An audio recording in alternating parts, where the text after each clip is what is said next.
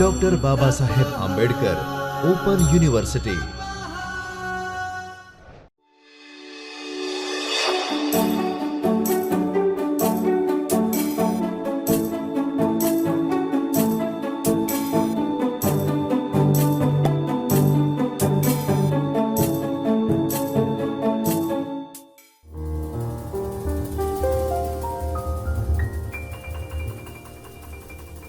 નમસ્કાર વિદ્યાર્થી મિત્રો, હું Divya Darji, assistant professor department of library and information science, doctor Baba Saheb Ambedkar open university તરફથી આપ સર્વે વિદ્યાર્થીઓનું હાર્દિક સ્વાગત કરું છું.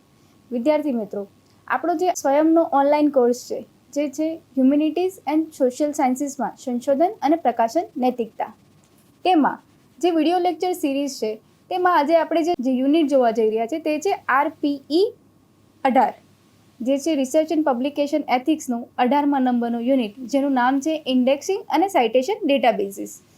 વિદ્યાર્થી મિત્રો, સૌપ્રથમ આપણે જોઈશું કે આ જે યુનિટ છે તેમાં આપણે કઈ કઈ બાબતોને ધ્યાનમાં લઈશું અને આમાં કઈ કઈ બીજી બાબતો આપણે શીખીશું. સૌપ્રથમ આજે આપણા યુનિટની રૂપરેખા જોઈશું કે તેમાં કયા કયા કન્ટેન્ટ્સનો સમાવેશ કરવામાં આવ્યો છે. સૌપ્રથમ આપણે જોઈશું કે ઇન્ડેક્સિંગ ડેટાબેઝિસ એટલે શું અને ઇન્ડેક્સિંગ ડેટાબેઝિસના જે હેતુઓ અને તેના ઉપયોગો કયા કયા છે તેના વિશે માહિતી મેળવી અને જે સૌથી વધારે વપરાતા જે ઇન્ડેક્સિંગ ડેટાબેઝિસ છે તેના વિશે માહિતી મેળવીશું. ત્યારબાદ આપણે જે સાઇટેશન ડેટાબેઝિસ છે તે શું છે અને સાઇટેશન ડેટાબેઝિસ વિશે માહિતી મેળવી તેના હેતુઓ અને તેના ઉપયોગો વિશે જાણી અને આપણે જે સાઇટેશન ડેટાબેઝિસ જે પોપ્યુલર સાઇટેશન ડેટાબેઝિસ છે તેના વિશેની માહિતી આપણે મેળવીશું. ત્યારબાદ જે રિસર્ચર્સ જે છે તેમના માટે જે મર્યાદાઓ અને તેમના જે યુઝ કરવા માટેની સૂચનાઓ છે, જે વિચારણાઓ છે, નૈતિક વિચારણાઓ, તેના વિશે વાત કરીશું અને જે સંશોધકો છે તેના માટેની જે શ્રેષ્ઠ પદ્ધતિ કઈ છે તેના વિશે પણ માહિતી આપણે મેળવીશું.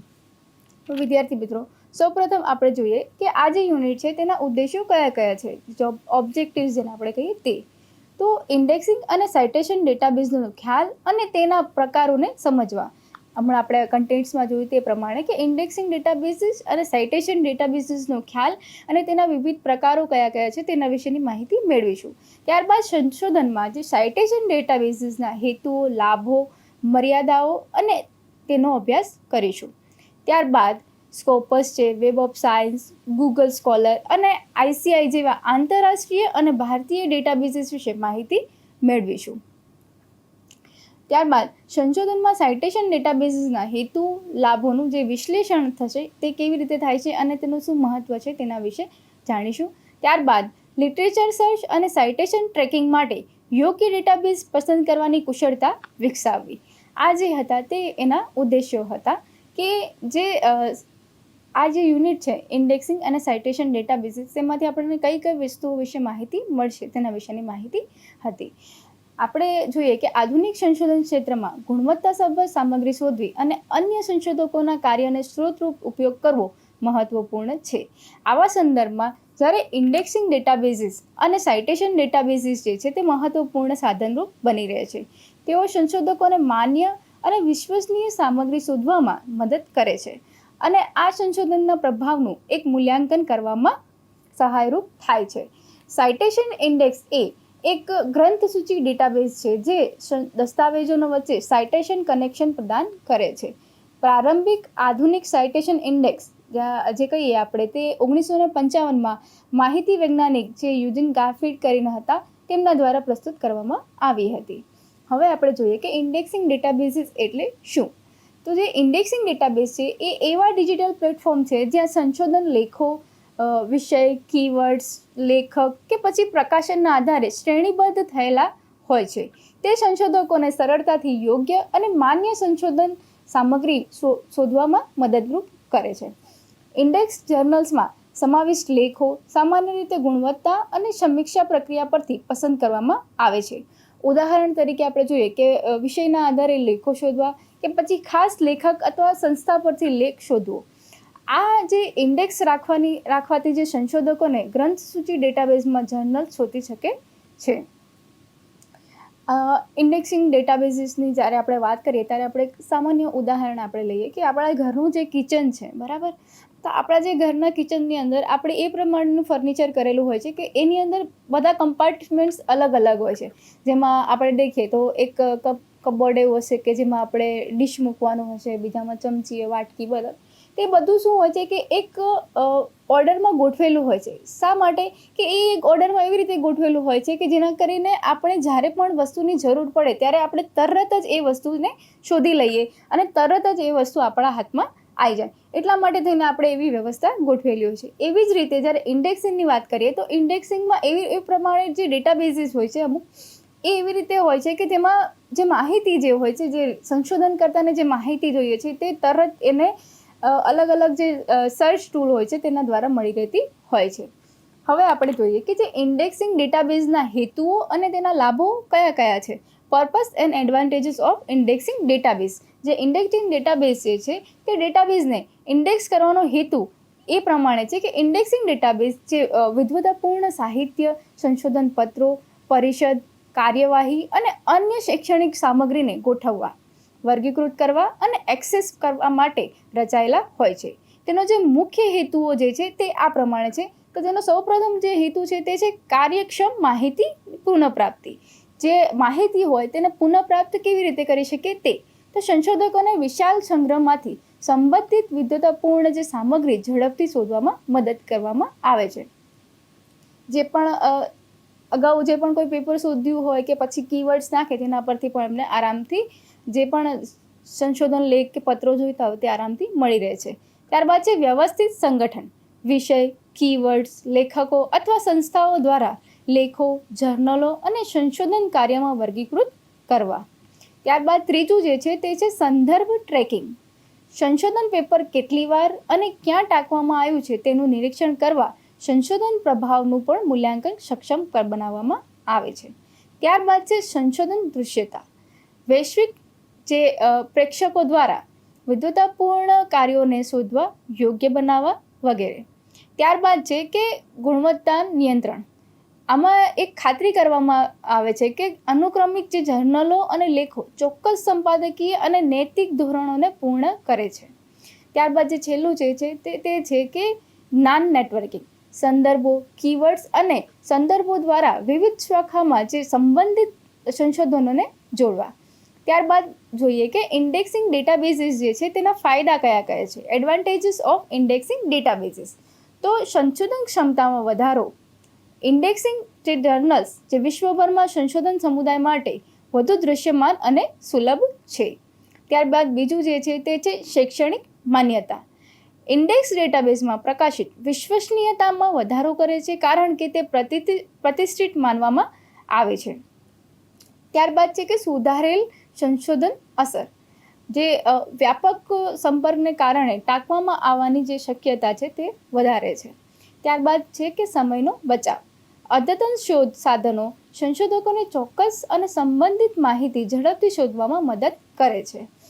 આ જે હતા તે શું હતા કે તેના હેતુઓ અને આપણે જોયા તેના ઉપયોગો. ત્યારબાદ બીજું જે છે તે છે આંતરશાખીય એક્સેસ. જે બહુવિધ ક્ષેત્રો અને વિષયોમાં સંશોધનોની જે એક્સેસ જે છે તે પ્રદાન કરે છે. ત્યારબાદ છે વિશ્વસનીય સ્ત્રોતો. ખોટી માહિતી જે છે તેને ઘટાડે છે અને સામગ્રીની પ્રમાણિકતા અને વિદ્વતાપૂર્ણ જે ગુણવત્તાની ખાતરી કરી આપે છે. ત્યારબાદ છે કે સંશોધન પ્રદર્શનનું મૂલ્યાંકન કરે છે. કેવી રીતે કરે છે? તો સંદર્ભ, મેટ્રિક્સ લેખો, જર્નલ્સ અને સંસ્થાઓના પ્રભાવનું મૂલ્યાંકન કરવામાં મદદ કરે છે. ત્યારબાદ જે છેલ્લું જે છે તે છે વૈશ્વિક નેટવર્કિંગ. તે કેવી રીતે થાય છે? તો વિશ્વમાં સમાન રુચિઓ ધરાવતા સંશોધકોને જોડી સહયોગ અને સરળ બનાવે છે. આ જે હતા તે હતા કે ઇન્ડેક્સિંગ ડેટાબેઝિસના લાભો અને તેના હેતુઓ. હવે આપણે આગળ જોઈએ કે જે લોકપ્રિય ઇન્ડેક્સિંગ ડેટાબેઝિસ છે, જે પોપ્યુલર ડેટાબેઝિસ ઇન્ડેક્સિંગ ડેટાબેઝિસ છે તે કયા કયા છે તેના વિશે વાત કરીએ. તો સૌપ્રથમ જે છે તે છે સ્કોપસ. જે એલ્સવેર જે છે તેના દ્વારા વિકસિત અને સંચાલિત સ્કોપસ વિશ્વનું સૌથી મોટું મલ્ટીડિસિપ્લિનરી ઇન્ડેક્સિંગ ડેટાબેઝ છે. તેમાં વિજ્ઞાન ટેકનોલોજી, વિજ્ઞાન આરોગ્ય અને માનવ વિજ્ઞાન જેવા વિવિધ ક્ષેત્રોની પત્રિકાઓનો સમાવેશ થાય છે. સ્કોપસ સંશોધનના સાઇટેશન એનાલિસિસ માટે પણ મહત્વપૂર્ણ સાધન છે. ત્યારબાદ બીજું જે છે તે છે પબમેડ. જે પબમેડ જે છે તે મેડિકલ ક્ષેત્ર માટે આ જે ડેટાબેઝ છે તે US national library of medicine દ્વારા સંચાલિત છે. તે મુખ્યત્વે મેડિકલ, નર્સિંગ, ડેન્ટિસ્ટ્રી, વેટરનરી માટે જે ડેટાબેઝ છે તેનામાં આ વપરાય છે અને લાઈફ સાયન્સ સંબંધિત પત્રિકાઓ માટે પ્રખ્યાત છે. પબમેડ મફતમાં જે ઉપલબ્ધ છે અને ખાસ કરીને મેડિકલ સંશોધકો માટે ખૂબ જ ઉપયોગી છે. જે મેડિકલમાં અભ્યાસ કરતા હોય તેમના માટે થઈને આ પબમેડ જે છે તે ખૂબ જ જરૂરી ડેટાબેઝ છે. ત્યારબાદ છે એરિક, જેને ફૂલ ફોર્મમાં આપણે કરીએ કે એજ્યુકેશન રિસોર્સ ઇન્ફોર્મેશન સેન્ટર. શૈક્ષણિક સંશોધન માટેનું એક આ ડેટાબેઝ છે. યુએસ ડિપાર્ટમેન્ટ ઓફ એજ્યુકેશનના સપોર્ટથી કાર્યરત એરિક શિક્ષણ ક્ષેત્ર માટે એક વિશિષ્ટ ડેટાબેઝ છે. તેમાં સંશોધન લેખો, નીતિ, દસ્તાવેજો, લેખાઓ કે પછી રિપોર્ટ્સ અને થિસોરસ ટર્મ્સનો સમાવેશ થાય છે. ત્યારબાદ છે DOAJ, જેને ફૂલ ફોર્મમાં આપણે કહીએ કે directory of open access journal. DOAJ A non profitable database છે જે ઓપન એક્સેસ પત્રિકાઓને આંતરરાષ્ટ્રીય સ્તરે જોઈશે એ તે રીતે ઇન્ડેક્સ કરે છે. તે પ્રમાણભૂત સમીક્ષા પદ્ધતિ ધરાવતી જર્નલ્સનો સમાવેશ કરે છે અને સંશોધકો માટે મફતમાં ઉપલબ્ધ છે. ત્યારબાદ જે છે તે છે ઇન્ડિયન સાઇટેશન ઇન્ડેક્સ, જેને ટૂંકમાં ICI તરીકે ઓળખી શકાય. જે ICI જે છે એ ભારતીય સંશોધન જર્નલ્સ માટે વિશિષ્ટ રૂપે બનાવેલ ઇન્ડેક્સિંગ પ્લેટફોર્મ છે. તેમાં ભાષાત્મક વિશેષ હિન્દી અને અંગ્રેજી અથવા વિષયવાર, જેવી રીતે આપણે જોઈએ કે સામાજિક વિજ્ઞાન છે, ઇજનેરી, ચિકિત્સા વગેરે લેખોનો સમાવેશ થાય છે. ભારતીય સંશોધનના દસ્તાવેજીકરણ માટે આ મહત્વપૂર્ણ સ્ત્રોત છે. વિદ્યાર્થી મિત્રો, આ આપણે જે જોયા તે હતા કે પોપ્યુલર જે ઇન્ડેક્સિંગ ડેટાબેઝીસ જે હતા તે કયા કયા છે, તો તેના વિશે માહિતી મેળવી. હવે આપણે જોઈએ કે સાઇટેશન ડેટાબેઝ એટલે શું. What is citation ડેટાબેઝીસ? A citation ડેટાબેઝીસ એટલે શું અને કયા કયા સાઇટેશન ડેટાબેઝીસ જે છે તે પોપ્યુલર છે તેના વિશે માહિતી મેળવીશું.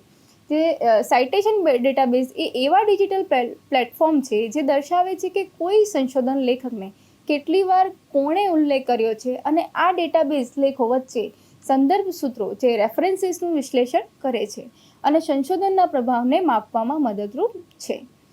તે સંશોધકોને જાણવા દે છે કે કયો લેખક અથવા પત્રિકા સૌથી વધુ પ્રભાવશાળી કે સંદર્ભ ડેટાબેઝ એવા સંશોધકો અથવા લેખકોને સંખ્યા દર્શાવે છે. તેઓ તેમના પોતાના કાર્યમાં તમામ પેપર્સનો સંદર્ભ આપે છે. સંદર્ભની ગણતરી તરીકે ઓળખાય છે. આ ડેટાબેઝ સૌથી વધુ ટાંકવામાં આવેલા પેપર્સ અથવા જે સામયિકો જે છે તેને સૂચિબદ્ધ કરે છે. એ સ્વીકારવું જરૂરી છે કે બધા પ્રકાશનો માટે સંદર્ભો ટાંકવું રાખવા આવશ્યક છે અને તે અનુક્રમણિક કરવામાં આવેલ સંપૂર્ણ ટેક્સ્ટને એક્સેસ આપતું નથી. તેની જે મુખ્ય લાક્ષણિકતાઓ છે તે કઈ કઈ છે તેના વિશે માહિતી મેળવે. તો જે સાઇટેશન કાઉન્ટ જે દર્શાવે છે કે લેખક કેટલી વાર ઉપયોગમાં લેવાયો છે. ત્યારબાદ જે સંશોધનના પ્રવાહ અને વિકાસમાં દિશા જણાવવામાં મદદ કરે છે. ત્યારબાદ ત્રીજું જે છે તે છે સંશોધનના નેટવર્ક્સ અને સહકારની ઓળખ થાય છે.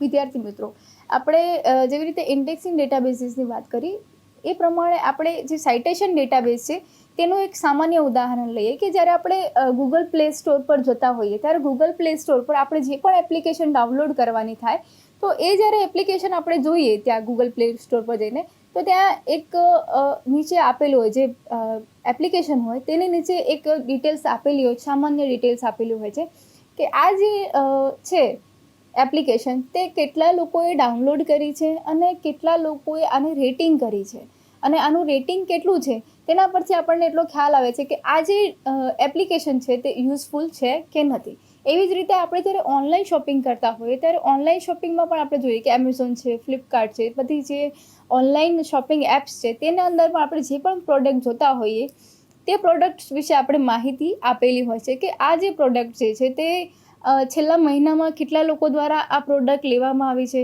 કે પછી આ પ્રોડક્ટ કેટલી વાર લોકોએ લીધી છે અને આ પ્રોડક્ટ જે છે તેને કે પ્રમાણે લોકોએ રેટિંગ્સ આપી છે કે આ કેટલા યુઝફુલ છે તે પ્રમાણે આપણને રેટિંગ્સ એમાં મળી જતી હોય છે. તેના આધારે આપણને ખબર પડતી હોય છે કે જે તે વસ્તુ આપણે લેવા જઈ રહ્યા છીએ કે જે તે આપણે એપ્લિકેશન ડાઉનલોડ કરવા જઈ રહ્યા છે તે કેટલી વિશ્વસનીયતાપૂર્ણ છે અને તેને આપણે ડાઉનલોડ કરવી જોઈએ કે ના કરવી જોઈએ અને તેનાથી આપણને લાભ થશે કે નહીં તેના દ્વારા આપણને ખબર પડે છે.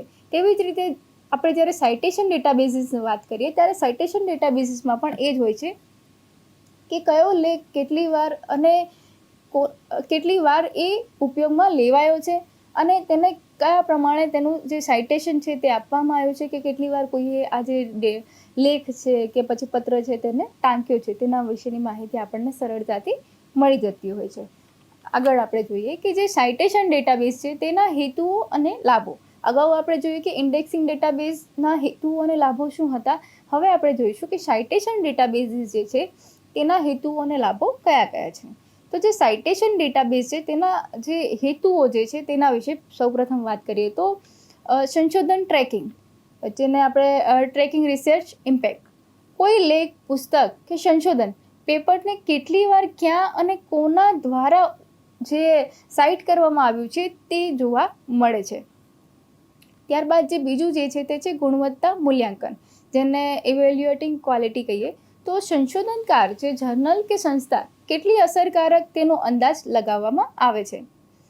ત્યારબાદ સંશોધન નેટવર્ક શોધવું, ફાઇન્ડિંગ રિસર્ચ કનેક્શન. કોણ એક જ વિષય પર સંશોધન કરે છે તે જાણવા અને સહકાર કાર્ય, જેને આપણે કોલેબોરેશન વધારવા કહી શકીએ.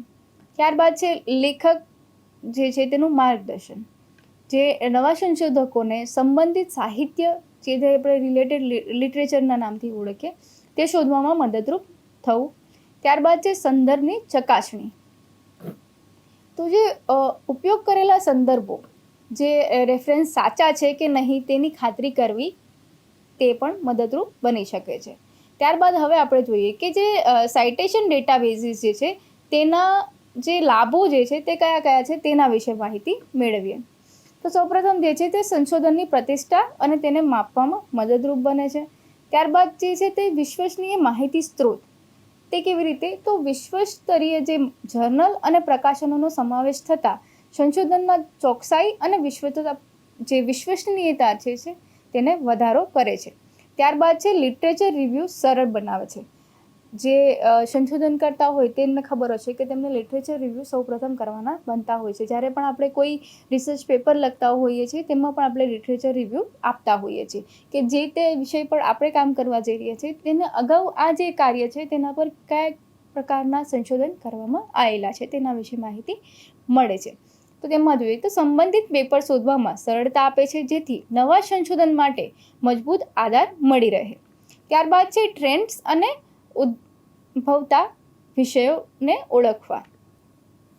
કયા વિષય પર વધુ સંશોધન થઈ રહ્યું છે તે જાણવા પણ મદદરૂપ બને છે. ત્યારબાદ છે શૈક્ષણિક મૂલ્યાંકન.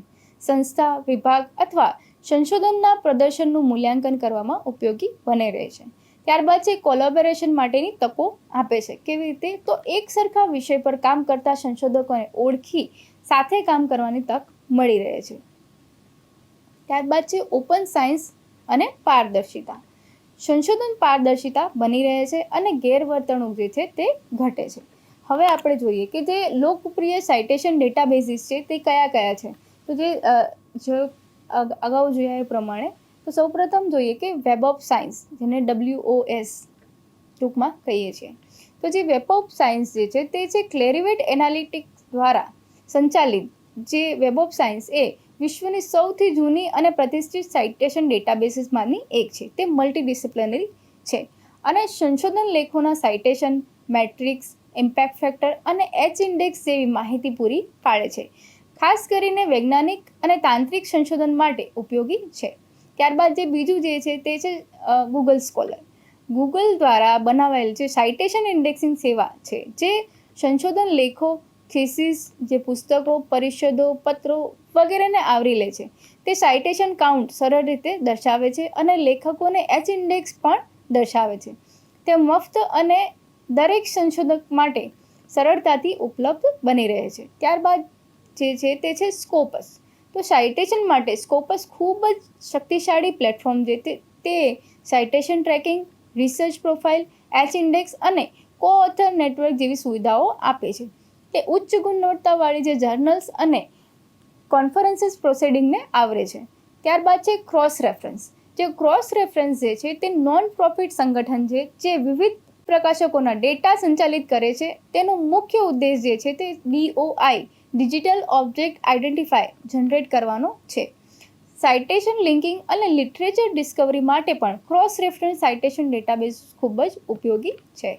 ત્યારબાદ જે છે તે છે ડાયમેન્શનલ ડિજિટલ સાયન્સ દ્વારા વિકસિત જે ડાયમેન્શન જે છે તે સાઇટેશન ડેટા ઉપરાંત grant, patent, clinical trials and social media mention જેવી વધારાની જે માહિતી પણ આપે છે.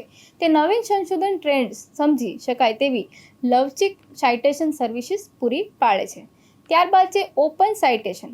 આ જે છે તે મફતમાં અને ઓપન સાઇટેશન ડેટાબેઝ છે જે કોઈ પણ વ્યક્તિને સાઇટેશન રિલેશન જે હોય છે તેના ડેટા મેળવી શકે છે અને એ માટે તે ઉપલબ્ધ બનાવે છે, જે ઓપન સાયન્સને સમર્થન આપે છે. ત્યારબાદ જે છે તે છે